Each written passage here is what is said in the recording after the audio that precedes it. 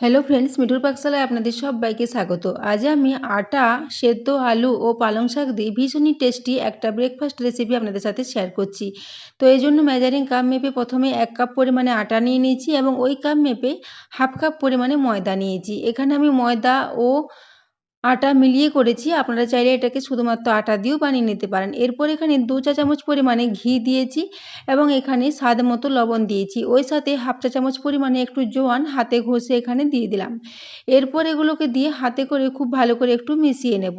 তো আমি এখানে ঘিয়ের ময়ান দিয়েছি, আপনারা চাইলে এখানে তেলের ময়ানও দিতে পারেন। তো এটাকে দেখুন হাতে করে দিয়ে খুব ভালো করে একটু ময়ানটাকে মেখে নিচ্ছি। তো এইভাবে এটাকে খুব ভালো করে মিশিয়ে নিয়ে পর একটু জল দিয়ে এটাকে একটা বেশ নরম মতো ডো তৈরি করে নেব। ডোটা খুব বেশি শক্ত করলে হবে না, ডোটা একটু বেশ নরম করেই তৈরি করতে হবে। তো দেখুন এইভাবে অল্প অল্প করে জল দিচ্ছি আর একটা বেশ ডো মতো তৈরি করে নিচ্ছি। তো বন্ধুরা, আজকে আমি একটা সম্পূর্ণ নতুন পদ্ধতির একটা রেসিপি আপনাদের সাথে শেয়ার করেছি, ভীষণই টেস্টি একটা রেসিপি। তো এই রেসিপিটা যদি আপনাদের ভালো লেগে থাকে তাহলে অবশ্যই চ্যানেলটি সাবস্ক্রাইব করে আমার পাশে থাকবেন এবং পাশে থাকা বেল আইকনটি অবশ্যই প্রেস করে রাখবেন। তাহলে আমি যে কোনো নোটিফিকেশানই ছাড়ি না কেন তা সবার আগে আপনার কাছে পৌঁছে যাবে। তো দেখুন এরপর আমি এটাকে বেশ নরম একটা ডো মতো তৈরি করে নিয়েছি। এরপর এটাকে আমি ঢাকা দিয়ে এখন প্রায় 10 মিনিটের জন্য একটু রেস্টে রেখে দেবো। এদিকে আমি 3টে মিডিয়াম সাইজের আলুকে সেদ্ধ করে নিয়েছিলাম, সেই 3টে সেদ্ধ আলু এখানে নিয়ে নিয়েছি। এরপর এই আলুগুলোকে একটা গ্রেটারের সাহায্যে একটু গ্রেট করে নেব। আলুটাকে যদি এভাবে গ্রেট করে নেওয়া হয় তাহলে আলুর মধ্যে আর কোনো মোটা অংশ থাকবে না, আলুটা খুব ভালো মতো মেশানো যাবে। এই জন্য এভাবে একটা গ্রেটারের সাহায্যে আমি এটাকে গ্রেট করে নিচ্ছি। তো বন্ধুরা, আজকের এই রেসিপিটা সম্পূর্ণ নতুন পদ্ধতির একটা রেসিপি এবং ভীষণই টেস্টি রেসিপিটা। তো এই রেসিপিটা আপনাদের যদি ভালো লেগে থাকে তাহলে অবশ্যই বন্ধুদের সাথে একটু শেয়ারও করে দেবেন এবং রেসিপি ভালো লাগলে একটা লাইক করতে ভুলবেন না। তো দেখুন এরপর আমি এই আলুগুলোকে এই গ্রেটারের সাহায্যে সমস্ত আলুগুলোকে খুব ভালো করে একটু গ্রেট করে নিয়েছি। তো এখানে পুরো আলুটাই খুব ভালো মতো করে গ্রেট করা হয়ে গেছে। এরপর এখানে আমি কিছু মশলা দিয়ে দেব। তো তাও সবার আগে এখানে দিয়ে দিচ্ছি 1/4 চা চামচ পরিমাণে একটু হলুদের গুঁড়ো। ওই সাথে দিয়ে দিচ্ছি হাফ চা চামচ পরিমাণে ভাজা জিরের গুঁড়ো। এরপর এখানে দিয়ে দিচ্ছি চিলি ফ্লেক্স। চিলি ফ্লেক্স দিয়েছি হাফ চা চামচ পরিমাণে, আপনারা এখানে কাঁচা লঙ্কার ব্যবহারও করতে পারেন। এরপর এখানে গ্রেট করা আদা দিয়ে দিয়েছি হাফ চা চামচ পরিমাণে এবং এখানে আমি 1 বাটি পরিমাণে পালং শাক কুচিয়ে রেখেছিলাম, সেই পালং শাক কুচোনোটা এখানে দিয়ে দিয়েছি। এরপর এখানে স্বাদ মতো লবণ দিয়ে দিলাম এবং ওই সাথে আমি দিয়ে দেবো কিছুটা কসুরি মেথি। যে কোনো স্টাফিংয়ের সাথে যদি কসুরি মেথি মেশানো হয় তাহলে তার টেস্টটা ভীষণই ভালো হয়, তবে আপনারা এখানে কসুরি মেথির পরিবর্তে ধনেপাতার ব্যবহার করতে পারেন। তো এরপর সমস্ত কিছু দেওয়া হয়ে গেছে, এরপর এটাকে খুব ভালো করে মিশিয়ে নেব। তো এটাকে আমি একটা পুর তৈরি করছি বন্ধুরা, এটাকে আমি স্টাফিং হিসেবে ব্যবহার করব। তো এটা খুবই টেস্টি একটা রেসিপি, এইভাবে যদি এটার পুর তৈরি করে রেসিপিটা তৈরি করা হয় তাহলে তার টেস্টটা অসাধারণ হয়। তো এটাকে এরপর দেখুন আমি হাতের সাহায্যে খুব ভালো করে মিশিয়ে নিচ্ছি সমস্ত কিছু। তো দেখুন এটা এখন খুব ভালো মতো মেশানো হয়ে গেছে, এটা এখন একদমই রেডি হয়ে গেছে। এভাবে এর থেকে অল্প করে পুর নেব আর ওই রেসিপিটা তৈরি করে নেব। তো দেখুন এটা এখন খুব ভালো মতো রেডি হয়ে গেছে। এরপর হাতটা আমি একটু পরিষ্কার করে নিয়েছি। এদিকে এই যে ডোটাকে রেস্টে রেখেছিলাম সেটা এখন 10 মিনিট হয়ে গেছে। 10 মিনিট পরে এটাকে একটু নিয়ে নিচ্ছি। তো এইভাবে হাতের সাহায্যে আবারও একটু মিশিয়ে নিলাম ভালো করে। তারপর এটাকে ছোট্ট ছোট লুচি বা পুরির আকারে তৈরি করে নেব। আমরা সাধারণত বাড়িতে যেভাবে লুচি বা পুরি তৈরি করে থাকি সেই রকমের এই ছোট ছোট কয়েকটা লেচি এর থেকে তৈরি করে নেব।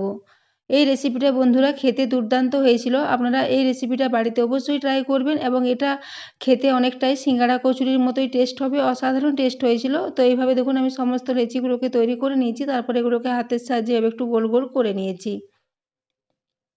তো দেখুন এইভাবে লেচিগুলো সমস্ত রেডি হয়ে গেছে। এরপর আমি একটা চাকি বেলন নিয়ে নিয়েছি। চাকি বেলনের উপরে এভাবে একটা করে লেচি নিয়ে নিচ্ছি। তার আগে আমি একটু এর গায়ে তেল মাখিয়ে নিয়েছি। তো এরপর একটু লুচির মতো করে ছোট ছোট করে এগুলোকে একটু মেলে নিচ্ছি। এইভাবে একটু ছোট করে মেলে নেওয়ার পর ওই যে পুরটা রেডি করে রেখেছি সেই পুরটার কিছুটা অংশ এখানে দিয়ে দিচ্ছি।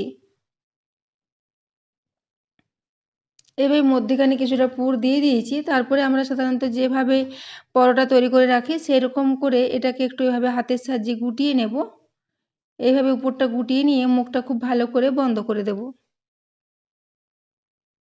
এভাবে একটু মুখটা পেঁচিয়ে খুব ভালো করে বন্ধ করে দিচ্ছি। তো এরপর এটাকে আপনারা হাতে করে এইভাবে একটু চিপেও এটাকে একটু বড় করে নিতে পারেন, কিংবা চাইলে এইভাবে চাকি বেলনের সাহায্যেও একটু মেলে নিতে পারেন। এগুলো খুব বেশি বড় বড় হবে না, একটু ছোট ছোট হবে, তাহলে এগুলো খেতে ভালো লাগবে এবং এটা রান্না করতেও সুবিধা হবে।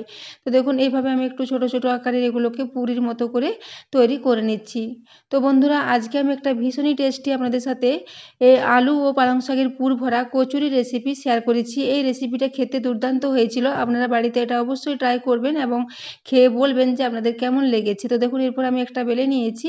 এই একই পদ্ধতিতে আমি আবারও 2টা বেলে নেব। তো দেখুন এইভাবে একটু ছোট ছোট পুরির আকারে এগুলোকে মেলে নিচ্ছি, দিয়ে মধ্যেখানে একটু পুর দিয়ে এইভাবে একটু গুটিয়ে মুখটা খুব ভালো করে বন্ধ করে দেব। তবে এটাকে চাইলে আপনারা একটু বেলে নিতে পারেন, তাছাড়া এটাকে হাতের সাহায্যে একটু চিপে ছোট ছোট করে এইভাবে ছড়িয়ে ওইটাকে তৈরি করে নিতে পারেন। তো দেখুন এইভাবে এগুলোকে আমি সব তৈরি করে নিচ্ছি। তো বন্ধুরা, এই রেসিপিটা কেমন লেগেছে কমেন্ট করে জানাতে ভুলবেন না, এবং রেসিপি যদি ভালো লাগে অবশ্যই একটা লাইক করতে ভুলবেন না। তো দেখুন এইভাবে আমি ছোট ছোট করে এগুলোকে একটু হালকা হাতে চাপ দিয়ে এভাবে সমস্তগুলো মেলে তৈরি করে নেব। তো দেখুন এভাবে আমি কয়েকটা আগে মেলে নিয়েছি, তারপর বাকিগুলো ওই একই পদ্ধতিতে মেলে নেব। তো এখানে আমি প্রথমে 3টে তৈরি করে নিয়েছি, এগুলোকে আমি দিয়ে দেবো। তার আগে আমি একটা ফ্রাই প্যান গ্যাসে বসিয়ে তাতে আমি 1/2 কাপ পরিমাণে সাদা তেল বা রিফাইন্ড অয়েল দিয়ে রেখেছিলাম। তেলটা খুব ভালো মতো গরম হয়ে গেছে এবং গ্যাসের ফ্লেমটা এই সময় আমি মিডিয়ামে করে দিয়েছি। মিডিয়াম ফ্লেমে এই সমস্ত পুরিগুলো এখানে দিয়ে দিচ্ছি। এরপর এটাকে এইভাবে মিডিয়াম ফ্লেমে প্রায় 2 মিনিটের মতো নিচের দিকটা একটু ভেজে নেব, তারপর এগুলোকে এইভাবে উল্টে দিচ্ছি। তো এইভাবে মিডিয়াম ফ্লেমে এগুলোকে উল্টাপাল্টা করে একটু ভেজে নেব। এগুলো খুব বেশি তেল টানে না, খুব কম তেলে এগুলো রেডি হয়ে যায় এবং এগুলো ভাজার সঙ্গে সঙ্গে কিছুক্ষণের মধ্যেই ফুলেও আসবে, খুব সুন্দর ফুলে যাবে।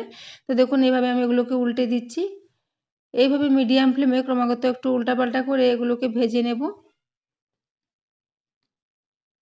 তো বন্ধুরা, এই রেসিপিটা আপনারা সকালে ব্রেকফাস্টে বা বাচ্চাদের স্কুলের টিফিনে বা এটাকে বিকেলের দিকে স্ন্যাক্স হিসেবেও বানিয়ে খেতে পারেন। ভীষণই টেস্টি একটা রেসিপি। তো দেখুন এখানে কচুরিগুলো খুব সুন্দর মতো ফুলে উঠেছে। এগুলো খুব ভালো মতো ফুলেও যাবে প্রত্যেকটা, এবং খেতে তো দুর্দান্ত হয়েছিল বন্ধুরা। আপনারা এটা বাড়িতে অবশ্যই ট্রাই করবেন। পুরো দোকানের কচুরি সিঙ্গাড়ার মতোই এটা টেস্ট হয়েছিল। তো দেখুন এরপর আমার এগুলোকে ভাজা হয়ে গেছে, তারপর এগুলোকে একটা প্লেটে তুলে নিচ্ছি। আমি এগুলোকে প্রায় 6 থেকে 7 মিনিট পর্যন্ত মিডিয়াম ফ্লেমে একটু উল্টে পাল্টে ভেজে নিয়েছি। তো দেখুন এখানে আমার এই প্রথমের যে 3টে তৈরি করেছিলাম সেগুলো ভাজা হয়ে গেছে। পরের ব্যাচেরগুলো আমি ওই একই পদ্ধতিতে সমস্তগুলোই ভেজে নেব।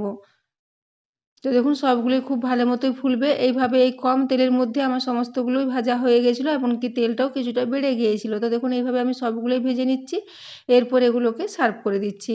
তো বন্ধুরা, এরকম নিত্য নতুন রেসিপি পেতে আমার চ্যানেলটি আপনারা অবশ্যই সাবস্ক্রাইব করে আমার পাশে থাকবেন, এবং রেসিপি ভালো লাগলে অবশ্যই জানাতে ভুলবেন না। তো দেখুন এরপর আমি এগুলোকে সবাই সার্ভ করে দিয়েছি। তো এটাকে আপনারা চাইলে যে কোনো চাটনির সাথে সার্ভ করতে পারেন, তাছাড়া এটা এমনিতেও খেতে দুর্দান্ত লাগে। যেহেতু এর মধ্যে আলু স্টাফিং দেওয়া আছে, এর টেস্টটা অসাধারণ হয়েছিল। তো এরপর আমি একটা আপনাদের ছিঁড়ে দেখিয়ে দিচ্ছি এটা কতটা পুরে ভর্তি এবং ভীষণই খাস্তা ও মুচমুচে হয়েছিল। এগুলো গরম গরম সার্ভ করলে ভীষণই খাস্তা ও মুচমুচে থাকবে। তো দেখুন এরপর আমি এগুলোকে দেখিয়ে দিচ্ছি। তো দেখুন আলু ও পালং শাকের পুরে ভর্তি ভেতরটা, এবং উপরটা ভীষণই খাস্তা ও মুচমুচে হয়েছিল। তো বন্ধুরা, এই রেসিপিটা আপনারা বাড়িতে অবশ্যই ট্রাই করবেন। তো এগুলো এমনিতেও সার্ভ করতে পারেন, কিংবা কোনো কিছু চাটনির সাথেও সার্ভ করতে পারেন। খেতে দুর্দান্ত হয়েছিল। তো এরপর এই রেসিপিটি বন্ধুরা এতক্ষণ দেখার জন্য আপনাদের অসংখ্য ধন্যবাদ। আবারও চলে আসবো নিত্য নতুন কোনো ভিডিও নিয়ে। ততক্ষণের জন্য সবাই সুস্থ থাকবেন, ভালো থাকবেন। আবারও দেখা হচ্ছে পরের কোনো ভিডিওতে।